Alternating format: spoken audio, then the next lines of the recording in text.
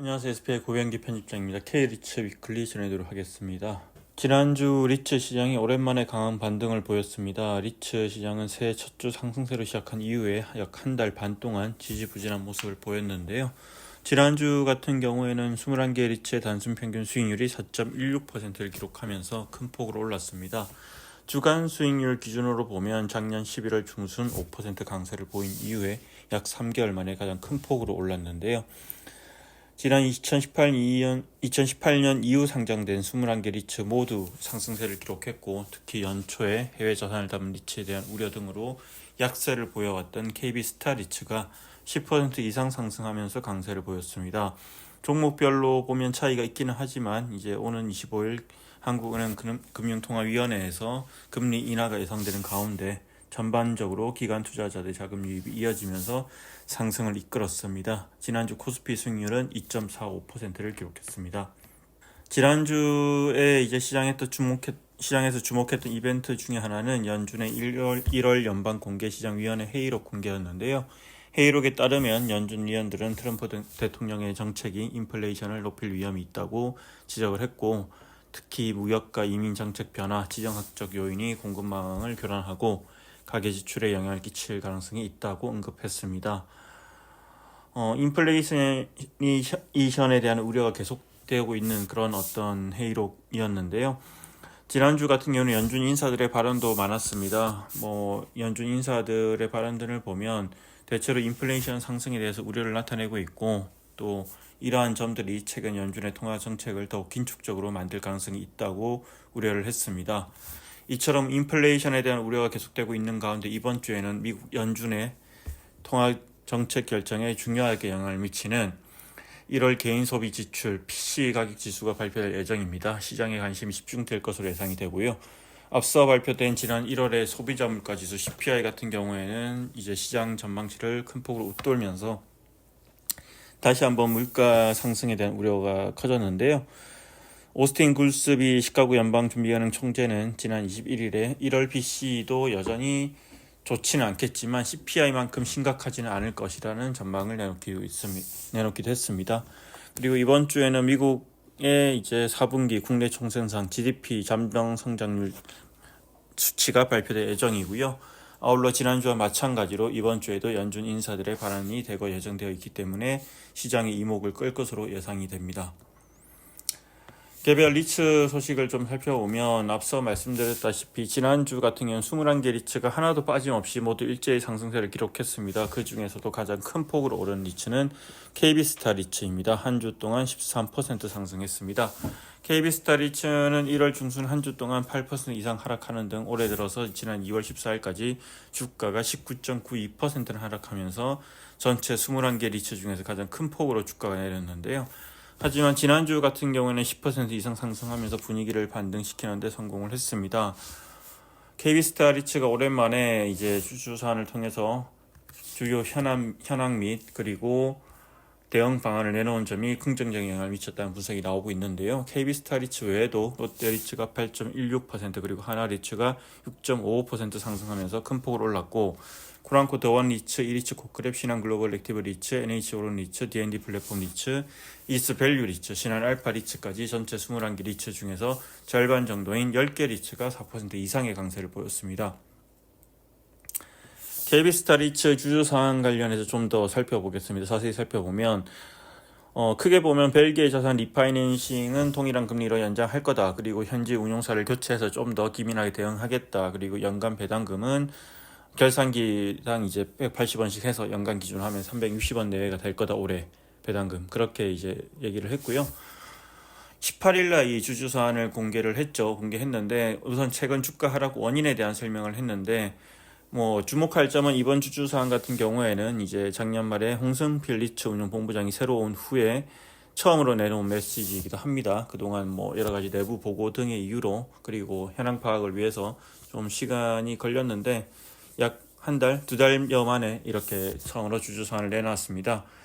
이제 최근 주가 하락 배경에 대한 설명을 보면 이제 2024년 하반기 국내 리츠 시장의 대규모 유상증자로 인한 기관과 상장 지수 펀드 ETF의 포트폴리오 조정, 그리고 글로벌 금리 인하 속도에 대한 기대감 축소, 국내 정치적 불확실성에 따른 투자 심리 위축, 그리고 국내 상장 리츠 시장의 구조적인 특징인 유동성 부족에 따른 수급 불균형 현상이 단기적인 주가 변동성을 확대하는 요인으로 작용하고 있다라고 판단하고 있고요. 이건 뭐 KB스타 리츠뿐만 아니라 전반적인 어떤 리츠 시장의 어떤 최근에 어떤 안 좋았던 분위기와 연관된 분석인 것 같고요.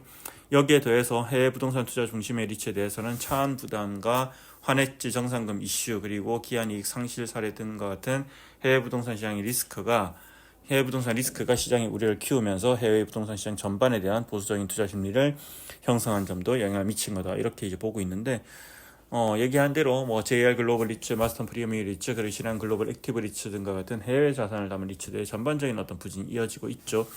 다만 KB 자산 운용 측에서는 최근의 주가 하락은 KB스타 리츠의 펀더멘털 대비해서는 과도하다, 이렇게 이제 판단하고 있다고 합니다. 그리고 주요 자산과 관련된 이슈들도 몇 개 이제 발표를 했는데, 벨기에 노스갤럭시 타워 같은 경우에 선순위 대출 리파이낸싱과 한해지 정상금, 그리고 영국 오피스 선순위 담보 대출 리파이낸싱과 회사채 차환, 그리고 연간 배당 전망 등에 대한 어떤 주요 현안에 대해서도 설명을 했습니다. 우선 노스갤럭시 타워 벨기에 자산 같은 경우에는 작년 말에 현지 법인이 예비비를 제공으로 약 20억 원의 대출을 조기 상환해서 LTV를 낮췄다고 이렇게 밝혔고요. 그리고 오는 5월에 만기가 돌아오는 선순위 담보대출 같은 경우에는 기존과 동일한 금리 조건으로 대출 만기를 1년씩 2회 연장할 수 있는 옵션을 보유하고 있기 때문에 우선 이 연장 옵션을 행사해서 기존의 금리 조건을 동일하게 유지할 계획이다, 이렇게 밝혔습니다. 또 벨기에 자산 같은 경우는 오늘 6월에 만기가 돌아오는 노스갤럭시 타워 한해지 정상금 관련해서는 기존 주주의 유상증자 없이도 대응 가능한 수준이다, 이렇게 설명을 했고요. 그리고 현재 노스갤럭시 타워의 99%를 쓰고 있는 벨기에 정부 건물관 리청과 임대차 만기 연장 협상을 진행 중인데, 유리한 협상 결과를 이끌어내기 위해서 현지 운용사 교체를 추진하고 있다, 이렇게 덧붙였습니다. 현재 KB스타 리츠의 현지 운용사는 나이트 프랭크 인베스트먼트 매니지먼트인데요. 이 운용사 같은 경우는 현지 운용사 같은 경우는 주요 인력이 잦은 인력 이탈이 문제로 지적되기도 했고, SPI에서도 그동안 여러 차례 해외 자산을 담은 리츠들의 현지 운용사 선정에 신중을 기할 필요가 있다, 이렇게 이제 지적을 한 바 있습니다. 네, 그리고 영국 런던 오피스 선순위 담보대출의 경우에는 KB금융그룹의 네트워크를 활용해서 지난 1월 말에 국민은행 런던 지점과 함께 약 488억 원 규모의 차안을 완료했다고 밝혔고요. 그리고 이제 올해 회사채 600억 원 만기가 돌아옵니다. 2월 달에 300억 원 고정으로 이제 6.5% 수준, 그리고 8월 달에 300억 원 고정으로 6.8% 수준인데, 우선 이제 2월달 회사채 같은 경우는 이번에 차안을 하면 4%대 금리로 차안이 가능할 거라고 보고 있고, 8월도 마찬가지로 금리를 낮춰서 이자 비용 부담이 줄 것이다, 이렇게 이제 분석을 했습니다. 또 올해 결산 기별 6개월 단위로 주당 배당금은 약 180원 내외로 예상을 했는데요. KB스타 리츠의 지난해 결산 기별 주당 배당금이 188원이기 때문에 뭐 비슷한 수준이라고 봐도 될 것 같습니다. 그리고 NH 오런 리츠도 배당 관련 소식이 있습니다. 제10기 2024년 7월 1일부터 12월 31일까지 배당금을 주당 200원 지급한다고 지난 21일에 공시를 했는데요. 140원을 지급했던 전기 대비해서는 43% 증가한 수치입니다. NH 오런 리츠의 배당금이 전기 대비 크게 증가한 것은 작년 6월 말에 매각을 한 에이언타워 인계 성과가 반영됐기 때문으로 풀이되고요. NH 리츠 운용은 2020년 2월 달에 에이언타워 인계를 인수를 해서, 그리고 2021년 11월에 NH 오런 리츠 편입을 했는데 2023년 5월부터 매각을 추진해 왔고, 지난해 6월 달에 3.3제곱미터당 680만 원 총 575억 원에 매각을 했는데, 애초 인수할 때 총 462억 원에 이제 매입을 했기 때문에 약 100억 원 정도 이제 매각 차익이 발생했고, 이를 통해서 배당이 늘어난 것으로 풀이됩니다. 신한 서부 T&D 리츠의 신규 자산 편입 추진 소식입니다. 신한 서부 T&D 리츠가 이제 신라스테이 마포를 네 번째 호텔 자산으로 편입할 예정인데요. 신한 리츠 운용이 지난 18일에 이제 하나대체투자자산운용이 매각하는 신라스테이 마포 우선 협상 대상자로 선정이 됐습니다. 공덕역 인근에 위치한 신라스테이 마포는 총 383개 객실 규모의 호텔이고, 신한 리츠 운용이 객실당 3억 7천만 원 수준 총 1,400억 원이 넘는 금액의 신라스테이 마포를 인수할 예정인데요. 향후에 상장 리츠인 신한 서부 T&D 리츠를 활용해서 투자할 예정이고, 이렇게 되면 이제 신라스테이 마포는 영산 그랜드 머큐어, 나인트리 동대문, 신라스테이 강화문에 이어서 신안 서부 T&D 리츠의 네 번째 호텔 자산이 됩니다. 네, 마지막으로 신한 글로벌 액티브 리츠 소식인데요. 신한 글로벌 액티브 리츠 같은 경우는 운용과 관련된 이슈도 계속해서 불거지고 있는데, 최근에 이제 SPI에서 신한 글로벌 액티브 리츠 한해지 계약 독소 조항과 관련된 이슈를 제기를 했습니다.